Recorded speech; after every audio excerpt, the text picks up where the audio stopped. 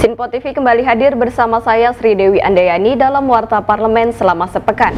Kasat Jenderal TNI Andika Perkasa direstui Komisi 1 DPR RI sebagai Panglima TNI pengganti Marsikal Hadi Cahyanto. DPR RI segera serahkan surat kesepakatan Panglima TNI untuk Istana. Fraksi PKS desak Nadiem cabut Permendikbudristek nomor 30 tahun 2021 soal kekerasan seksual. Ketua Komisi 10 DPR RI dorong revisi terbatas Permendikbud nomor 30 tahun 2021. Komisi 9 DPR RI dukung percepatan vaksinasi untuk anak usia 6-11 tahun.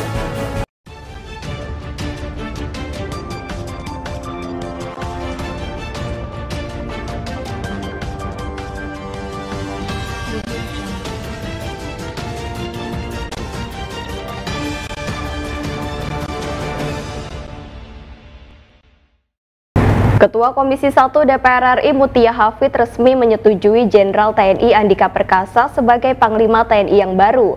Hasil dari rapat Komisi 1 tersebut juga memberikan persetujuan atas pemberhentian dengan hormat Marsikal Hadi Cahyanto sebagai Panglima TNI yang saat ini telah memasuki masa pensiunnya.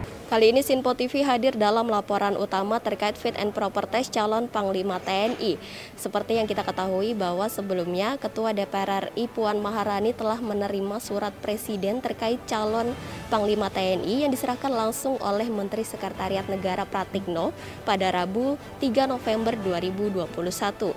Dan dalam surat bernomor R50-Pres-10-2021 tersebut memuat nama calon Panglima TNI yakni Jenderal TNI Andika Perkasa yang merupakan Kepala Staf Angkatan Darat dan juga menjadi calon tunggal usulan Presiden Joko Widodo untuk menjadi calon Panglima TNI. Dan pada saat ini Sabtu 6 November 2021 Komisi 1 telah melaksanakan fit and proper test kepada calon Panglima TNI yakni Jenderal Andika Perkasa yang dilaksanakan pukul 10 waktu Indonesia Barat yang sebelumnya dilaksanakan secara terbuka pada saat penyampaian visi misi dan dilaksanakan secara tertutup pada saat pemaparan strategi dan juga tanya jawab. Fit and proper test ini sebenarnya sudah dimulai sejak hari Jumat 5 November 2021 di mana Komisi 1 telah melakukan verifikasi administrasi terhadap Jenderal TNI Andika Perkasa dan verifikasi administrasi Jenderal Andika dinyatakan telah memenuhi persyaratan atau dinyatakan sudah lengkap. Adapun visi yang disampaikan oleh Jenderal Andika Perkasa ini, ia menyebut bahwa TNI adalah kita, di mana karena dirinya ingin TNI dilihat sebagai bagian dari masyarakat dan agar masyarakat tidak berharap terlalu tinggi pada TNI yang masih dalam tahap membangun proses yang lebih baik. Adapun misi yang dipaparkan Andika antara lain yakni menegakkan kedaulatan negara, mempertahankan keutuhan wilayah NKRI berdasarkan Pancasila dan Undang-Undang Dasar 1945. Yang ketiga adalah melindungi segenap bangsa dan seluruh tumpah darah Indonesia. Berikut pemaparan visi misi yang disampaikan oleh Jenderal TNI Andika Perkasa kepada Komisi 1 DPR RI. Berangkat dari vision statement, Ibu, saya memilih TNI adalah kita. Memang sangat singkat sekali, tetapi justru di sini saya ingin masyarakat Indonesia, masyarakat internasional untuk melihat TNI ini sebagai kita atau bagian dari mereka. Ini sebetulnya menunjukkan bahwa saya tidak ingin orang melihat kita berharap terlalu tinggi. Karena apa ya? Karena kita dengan segala keterbatasan, dengan kelebihan, keanekaragaman semuanya. Ya inilah kita. Kita bisa saja ingin profesional, ingin lebih banyak lagi, tetapi itu kan proses yang terus kami bangun. Tetapi juga saya ingin masyarakat kita sesuai dengan pelajaran yang saya jalani waktu itu, Bu, Public Policy dan Public Administration. Saya ingin masyarakat kita melihat TNI ini sebagai organisasi yang yang apa adanya, dengan segala kekurangan dan perbaikan yang memang harus kami jalani. Tapi juga bukan berarti bahwa kita dengan keadaan kita juga nggak bisa berbuat apa-apa. Tetap banyak yang bisa kita lakukan karena memang sebagai orang yang punya keterbatasan pun juga kita pasti punya cara yang berbeda dalam misalnya mengejar apa yang harus kita selesaikan, pasti bisa. Itu adalah vision statement saya, Ibu. Benar. Setelah melakukan rapat internal, maka diputuskan bahwa Panglima TNI Marsikal Hadi Cahyanto telah resmi mengakhiri masa jabatannya dengan hormat, dan Komisi 1 telah menyetujui terpilihnya Jenderal TNI Andika Perkasa sebagai Panglima TNI untuk menggantikan Marsikal Hadi Cahyanto.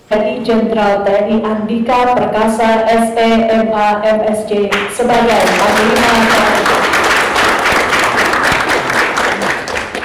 Dengan demikian, Komisi 1, Saudara Calon Panglima akan berproses surat ini secara kelengkapan dokumentasi akan kami tanda tangani dari pimpinan mewakili keseluruhan anggota Komisi 1 yang terhormat untuk kemudian dibawakan di rapat paripurna terdekat. Sekian laporan utama terkait fit and proper test calon Panglima TNI ini. Demikian dari Jakarta, Sri Dewi Andayani, Satria Ahmad melaporkan untuk Sinpo TV. Komisi 1 DPR RI telah menyepakati pengangkatan Jenderal Andika Perkasa sebagai Panglima TNI, menggantikan Marsikal Hadi Cahyanto yang akan memasuki masa pensiun. Rapat paripurna pun digelar di Gedung Nusantara II Komplek Parlemen Senayan, Jakarta, dan DPR RI secara resmi mengesahkan Jenderal Andika Perkasa pilihan Jokowi menjadi Panglima TNI. Dewan Perwakilan Rakyat Republik Indonesia DPR RI telah menyetujui pengangkatan Jenderal Andika Perkasa sebagai Panglima TNI menggantikan Marsikal Hadi Cahyanto yang akan memasuki masa pensiunnya. Dalam rapat paripurna yang digelar di Gedung Nusantara II Kompleks Parlemen Senayan, Jakarta, Senin 8 November 2021, DPR RI secara resmi mengesahkan Jenderal Andika Perkasa pilihan Jokowi menjadi Panglima TNI. Panglima TNI Jenderal Andika Perkasa mengungkapkan dirinya belum mengetahui jadwal pelantikan sebagai Panglima TNI oleh Presiden Joko Widodo. Andika menyampaikan terkait jadwal pelantikan sebagai Panglima TNI masih menunggu informasi dari Sekretariat Kepresidenan. Masih menunggu untuk resminya dari Presiden. Gitu Pak ya? Iya, saya belum dikasih tahu Mbak. Belum dikasih tahu sampai sekarang.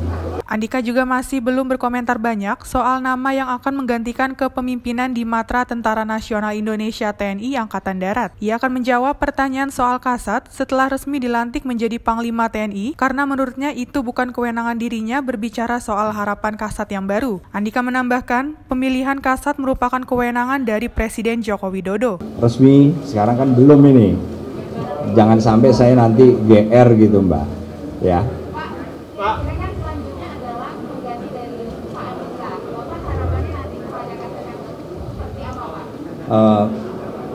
Sama Mbak, pokoknya nanti setelah ada resminya dulu baru nih Mbak. Saya nggak mau mendahului karena nanti disangka GR dan memang bukan kewenangan saya.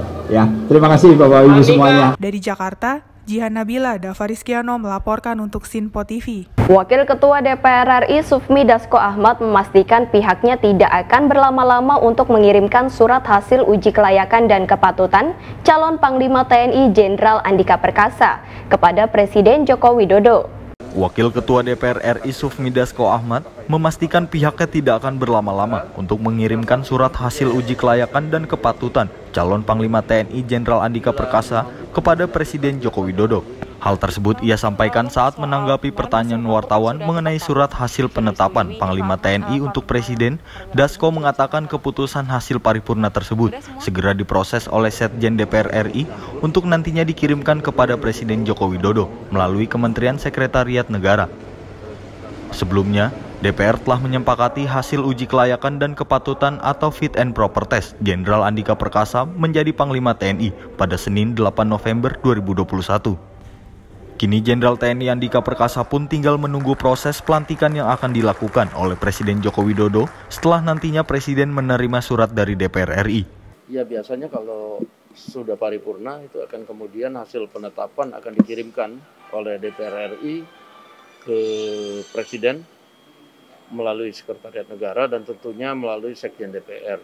Nah, apakah kemudian hasilnya sudah dikirim atau belum, saya akan cek dulu hari ini, karena biasanya kalau setelah paripurna begitu, penetapan untuk surat ke presidennya tidak lama. Dari Jakarta, Sri Dewi Andayani, Halida Dianisina melaporkan untuk Sinpo TV. Anggota MPR RI fraksi Partai Golkar, Dev Laksono mengungkapkan masa jabatan Panglima TNI Jenderal Andika Perkasa tidak menjadi permasalahan, lantaran ada hal yang lebih utama untuk difokuskan, yakni dalam bidang pertahanan negara terutama soal isu Papua. Anggota MPR RI fraksi Partai Golkar Dev Laksono mengungkapkan masa jabatan Panglima TNI Jenderal Andika Perkasa tidak menjadi permasalahan, lantaran ada hal yang lebih utama untuk difokuskan, yakni dalam bidang pertahanan negara terutama soal isu Papua. Hal itu disampaikan Dev dalam diskusi 4 pilar kebangsaan MPR RI yang bertema Panglima TNI baru dan tantangan ketahanan NKRI. Selain mengimbau calon Panglima TNI untuk fokus dalam bidang pertahanan negara, kebutuhan dan fungsi peralatan tempur juga dinilai perlu untuk dikembangkan dengan diimbangi peningkatan kualitas SDM yang baik. Tak hanya itu, Dev juga meminta TNI untuk sigap dalam penanganan pandemi COVID-19 dengan melakukan penyuluhan kepada masyarakat. Politisi Partai Golkar ini pun mengimbau calon Panglima TNI Jenderal Andika Perkasa untuk dapat mengantisipasi dan menjaga kondisi Indonesia agar tidak ada lagi pertempuran yang menimbulkan perpecahan. Sementara itu, Komisi 1 berharap komunikasi yang nantinya dilakukan Panglima TNI baru dapat semakin intens dalam rangka membahas kerjasama dan undang-undang yang berkaitan dengan pertahanan Indonesia. Masa jabatan itu tidak menjadi permasalahan bagi beliau, karena dimanapun dia berada, dia berhasil menetapkan ataupun juga meninggalkan legacy akan hasil karyanya di setiap posisi yang dia tinggalkan. Nah, sekarang itu kita harusnya lebih concern terhadap hal-hal apa saja yang menjadi tantangan beliau ke depan. Ya. Nah, isu-isu Hankam yang paling berat saat ini ya untuk internal adalah masalah Papua tentunya. Nah, masalah Papua kemarin dia sudah memaparkan, ya, bahkan bisa dibilang setengah lebih dari waktu pemaparan dia dan tanya jawab beliau itu adalah membahas soal isu Papua. Hingga untuk mengatasi kekosongan peralatan tempur kita, ya, nah kita harus tingkatkan kemampuan kita, kemampuan SDM kita, kita harus berani investasi juga di research and development, sehingga kemampuan TNI itu ya sudah bisa mengisi kekosongan-kekosongan yang ada. Dari Jakarta, Sri Dewi Andayani, Halida Dianisina melaporkan untuk Sinpo TV. Anggota Komisi 10 DPR RI fraksi PKS Fahmi Alaidrus menyoroti Permendikbud nomor 30 tahun 2021 yang dikeluarkan oleh Menteri Pendidikan dan Kebudayaan Nadiem Makarim beberapa waktu lalu.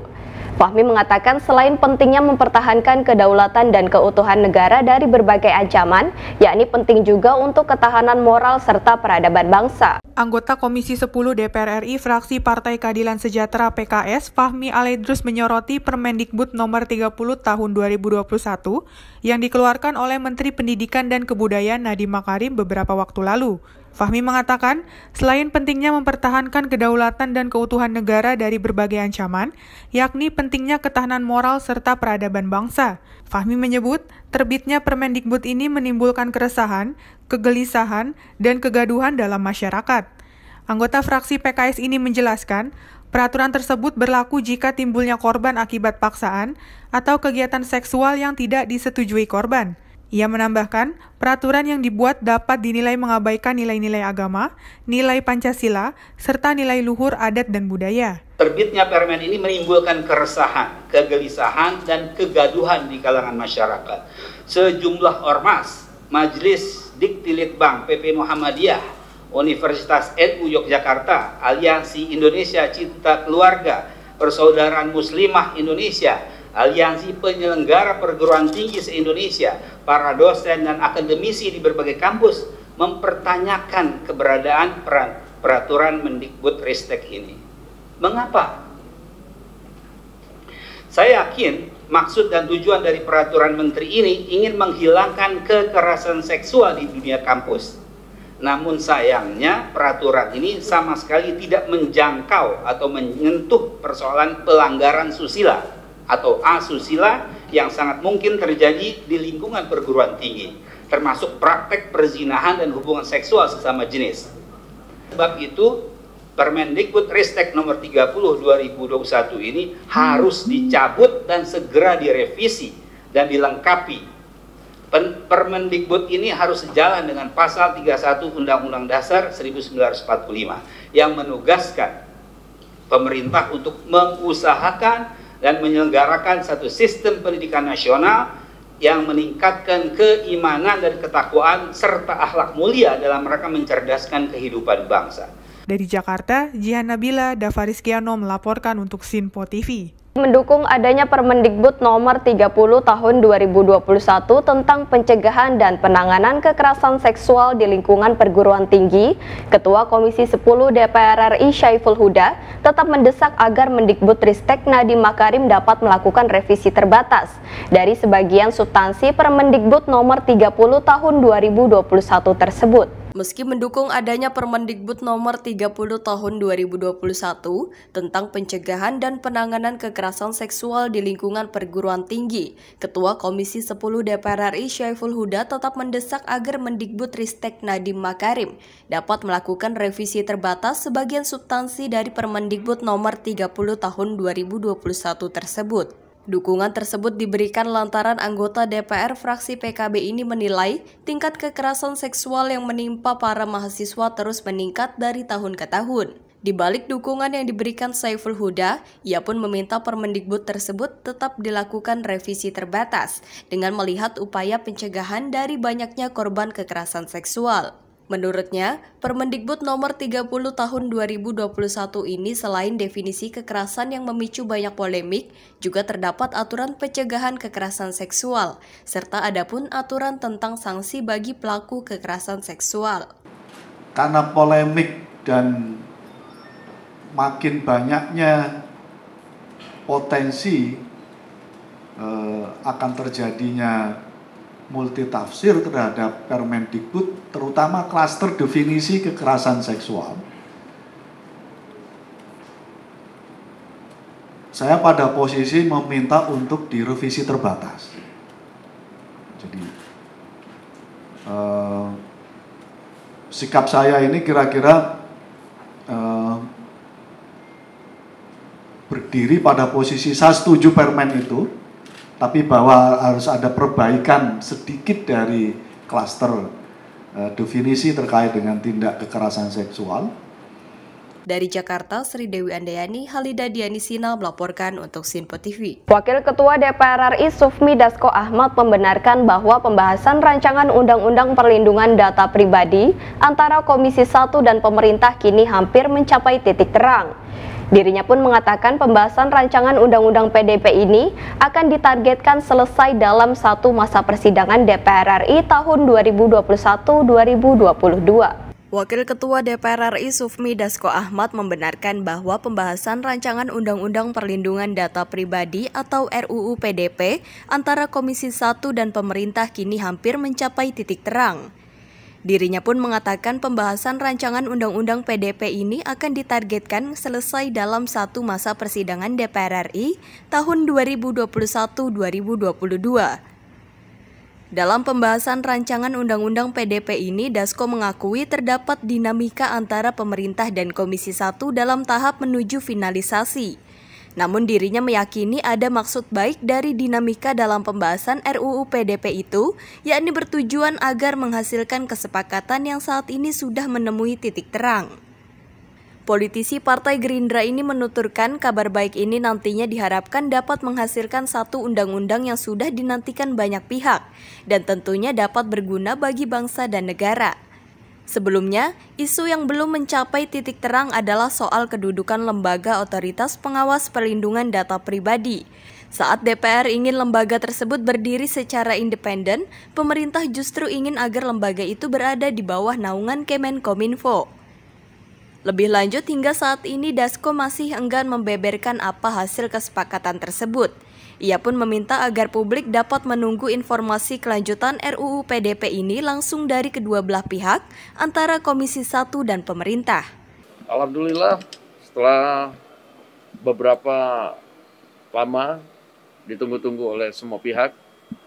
Kelihatannya Komisi 1 dan pemerintah sudah hampir mencapai titik temu tentang undang-undang PDP yang tentunya akan menghasilkan satu undang-undang yang sudah dinanti-nantikan oleh banyak pihak dan tentunya bisa berguna untuk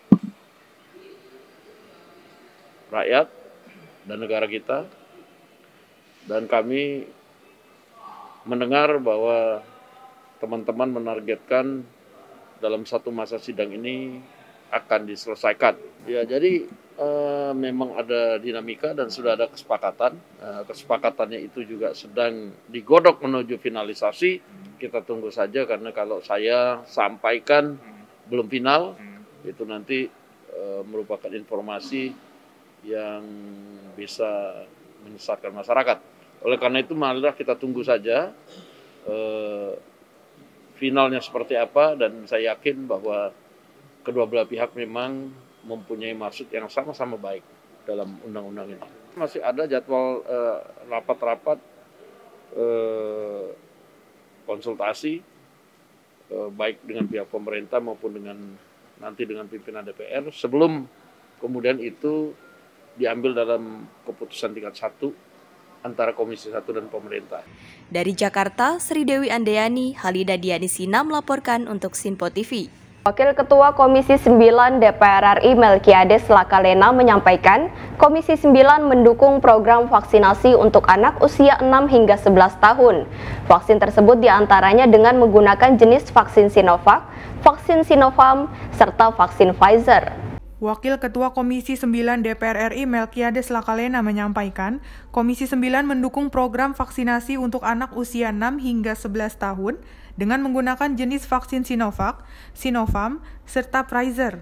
Melki mengatakan Komisi 9 juga mendorong sekolah tatap muka untuk dibuka dan tempat publik lainnya seperti tempat wisata. Melki juga mengungkapkan pemerintah untuk mempercepat proses vaksinasi bagi anak agar aktivitas publik yang selama ini ditutup dapat dibuka kembali. Ya, Komisi 9 mendorong sejak awal agar apabila sekolah-sekolah mulai dibuka untuk pertemuan tatap muka, ataupun anak-anak dibolehkan juga ada pada wilayah publik, ya. Misalnya bepergian, misalnya juga ke tempat wisata itu, semestinya juga anak-anak juga harus diberlakukan yang sama untuk juga membuat mereka bisa terjaga kondisinya menghadapi pandemi yang juga masih belum selesai ini. Sehingga kami mendukung agar apabila anak-anak itu akan kita dorong ke wilayah publik, termasuk pertemuan tatap muka sekolah, mereka boleh ke berbagai tempat publik lain, tentunya agar vaksinasi 12 tahun ini juga harus mulai kita pikirkan untuk dibuka. 12 tahun ke atas atau juga bahkan 12 tahun ke bawah sampai pada batas usia minimal yang bisa divaksin. Jadi kami tentu mendorong agar ide ini ya bisa segera dikonkretkan sejauh memang bahwa kita akan membuka ruang-ruang publik bagi anak-anak kita. Ya tentu harapan kami agar apabila sudah teruji, terbukti ya dan bisa mulai dirilis, segera dipakai untuk bisa diberikan kepada anak-anak kita, sehingga apabila anak-anak kita sudah bisa diberikan vaksin, mudah-mudahan berbagai aktivitas publik yang selama ini kita tabukan atau kita tidak berikan bagi anak-anak kita ini sudah bisa dibuka. Terutama ya, pertemuan tatap muka di sekolah, atau juga mungkin mereka ingin berwisata, berliburan, ingin bertemu teman-temannya di tempat-tempat pertemuan tertentu, itu sudah bisa dibuka sejauh bahwa anak-anak tersebut sudah divaksin yang sesuai dengan umurnya yang sudah mendapatkan emergency use authorization dari Badan POM. Dari Jakarta, Jihan Nabila, Dava Rizkiano melaporkan untuk Sinpo TV. Demikian Warta Parlemen sepekan kali ini. Tetap saksikan berita terkini di Sinpo TV, Sinpo ID, dan media sosial Sinpo lainnya. Saya Sri Dewi Andayani dan kru yang bertugas pamit undur diri. Selamat berakhir pekan dan sampai jumpa.